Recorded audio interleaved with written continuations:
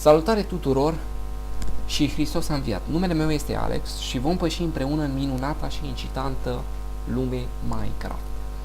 Ei bine, ce înseamnă Minecraft? Minecraft este compus din mine, mină, și craft, care vine de la crafting, sau creare de obiecte. În primul episod de astăzi vom învăța cum să supraviețuim primei nopți din Minecraft, unde monștri și precum zombie și creeper și scheleți și păienjeni vor încerca să vă transforme într-o gustărică de noapte. Hai să începem. Single player, creează o lume nouă, Minecraft, tutorial. Modul de joc. Jocul are 3 moduri. Primul mod, supraviețuire, pe care vom juca. Modul de joc extrem. Pe modul de joc extrem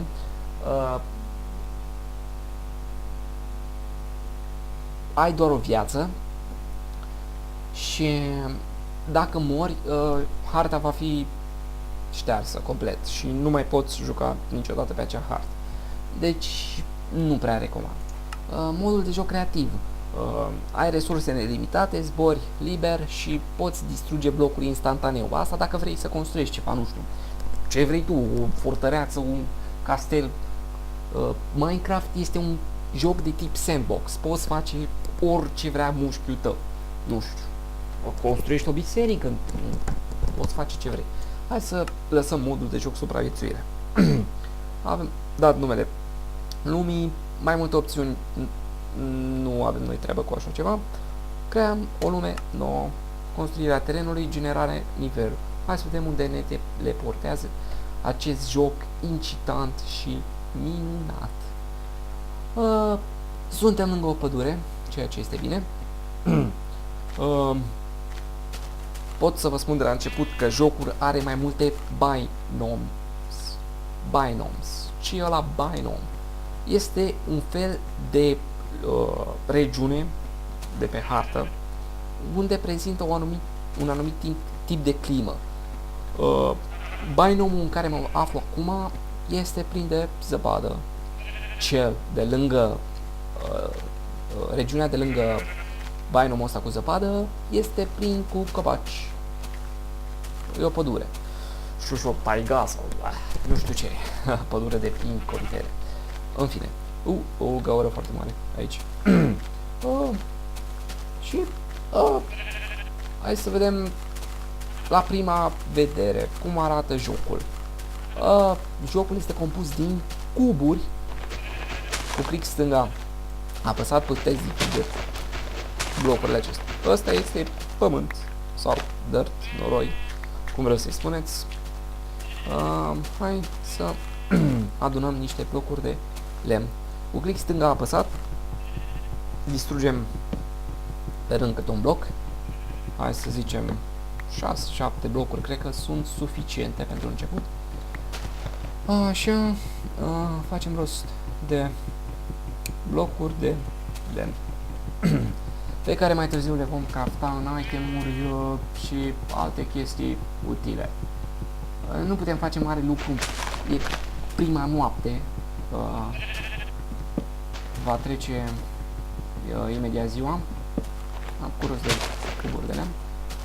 Ca să vedeți cât timp mai aveți din zi, cu cursorul pe soare, sub soare, dacă soarele se îndreaptă către sud, dacă soarele se ridică, înseamnă că ziua e de-abia pe la început sau a fost dimineața și aveți destul timp. Dacă însă soarele se duce jos, mai aveți foarte puțin timp și vine noaptea. Bun, cu lemnul adunat, deci aici e groapa. Hai să ne îndreptăm mai adânc în pădure, poate dăm și de niște animale, facem rost de niște mâncare. Perfect, o peșteră acolo. Hai mai întâi să găsim niște animale. O peșteră aici, perfect. Momentan nu văd animale, hai să ne ocupăm de crafting atunci. Craftare. Cu click stânga luăm lemn, bucata de lemn cele 7 bucăți de lemn, pardon. Cu click dreapta punem în pătrățelul de crafting și obținem scânduri de lemn. Cu click stânga tragem scândurile de lemn în bară și hai să facem același lucru cu toate bucățile de lemn. Click dreapta, în continuu am obținut 28 de scânduri de lemn. Bun, hai să facem un crafting table. 4 bucăți de lemn. Am obținut o masă de lucru. Am uitat să precizez că trebuie să țineți apăsat pe E ca să vedeți inventoriu. Aici aveți caracterul de joc. Ăsta este Steve. Așa este numele lui. Toți astea, caracterele din joc Minecraft se numesc Steve. Cu texture pack-ul ăsta. Cu skin-ul acesta. Skin piele, mă rog, cum arată personajul vostru. Puteți să-l schimbați oricând de pe site-ul Minecraft. Hai să creăm acum, și aici în stânga aveți armura de piept, pantaloni, papuci, sandale, cele 2, bocan și coif. Hai să creăm primele noastre itemuri. Click dreapta, să plasăm masa de crafting jos. Click dreapta pe masa de crafting. Punem 2 bucăți de lemn, scânduri de lemn aici. Creăm 4 bețe. Ca să creăm o sabie, de exemplu, punem bățul jos și 2 scânduri de lemn aici sus. Ca în configurația asta. Și prin procesul de crafting obținem sabia de lemn. Așa facem și cu târnăcopul. 3 scânduri de lemn sus, 2 bețe jos, obținem un târnăcop de lemn. Și ca să facem o lopată, ne mai trebuie ăsta băiețe, 2 bețe aici, lemn sus, scânduri de lemn sus, obținem o lopată. Și hai să zicem să facem și un topor. De ce nu? Facem topor, pac. Avem 4 instrumente. Să ne luăm masa de lucru, click stânga apăsat, să o distrugem. Hai să vedem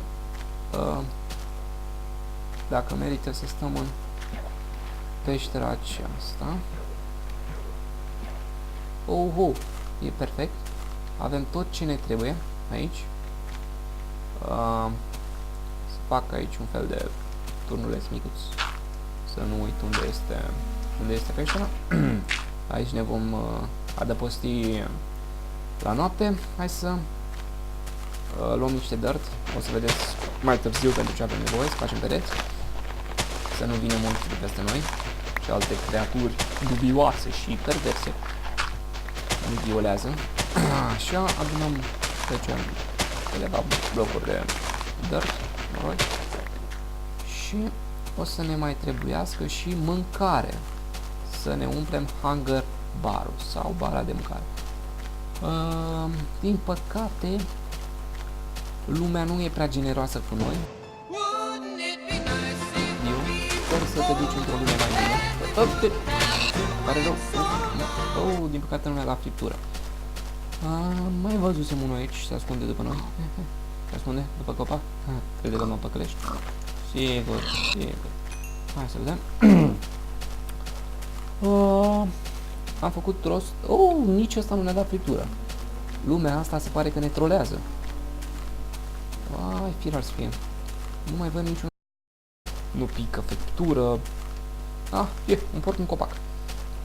Se pare că lumea ne trolează pe noi. Firar să fie. Bun. Mai mulți porci. Perfect.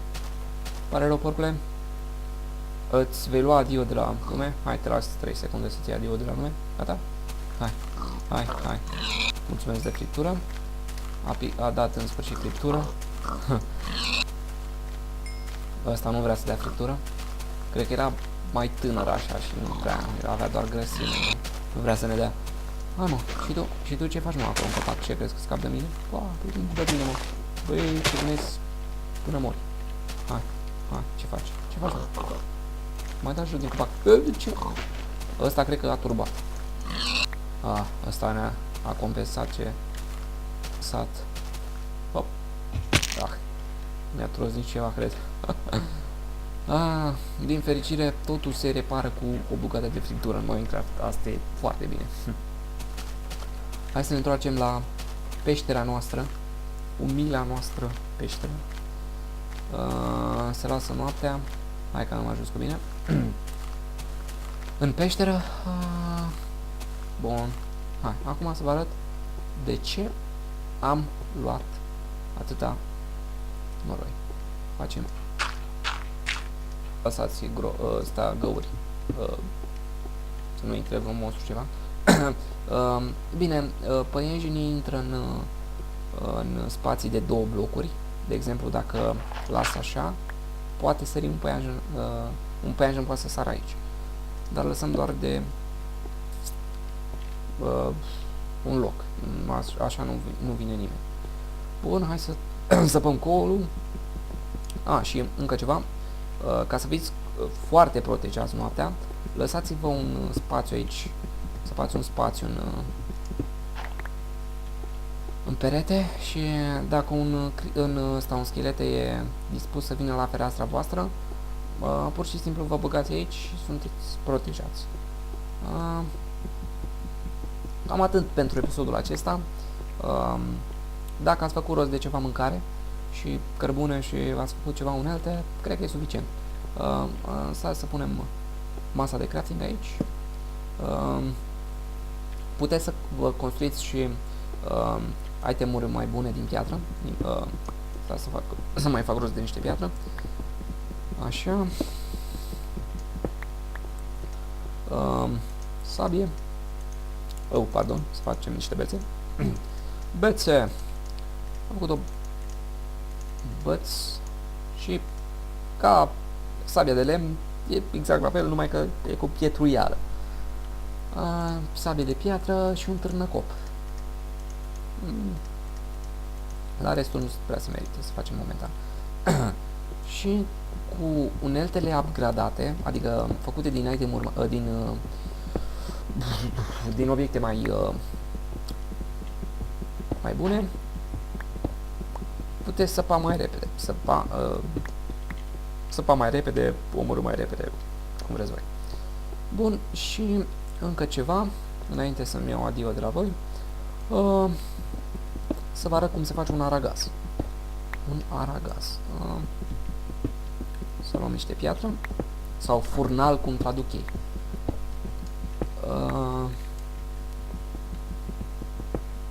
Am făcut rost de piatră. Le ducem la masa de crafting. Punem 8 blocuri de piatră în configurația următoare. Și obținem furnalul. Furnalul, click dreapta pe el. Click dreapta pe podea. Îl plasăm. În cuptor punem niște cărbune. Și friptura o punem aici. Perfect. Așteptăm să se facă mâncarea. Avem aici o săgeată. Când s-a făcut albă, apare friptura. Luăm friptura, click dreapta pe ea, ținut apăsat în continuu și se umplă bara de mâncare. S-a umplut bara de mâncare și odată ce s-a umplut bara de mâncare, se va umple și bara de HP. Asta e legătura. Dacă aveți bara de mâncare plină, o să se regenereze și viața. Despre damage, creare de armură și alte chestii interesante în următorul episod. Restul nopții este de recomandat să săpați, nu știu, cărbune și să faceți un fel de peșteră în locuință. Să faceți rost de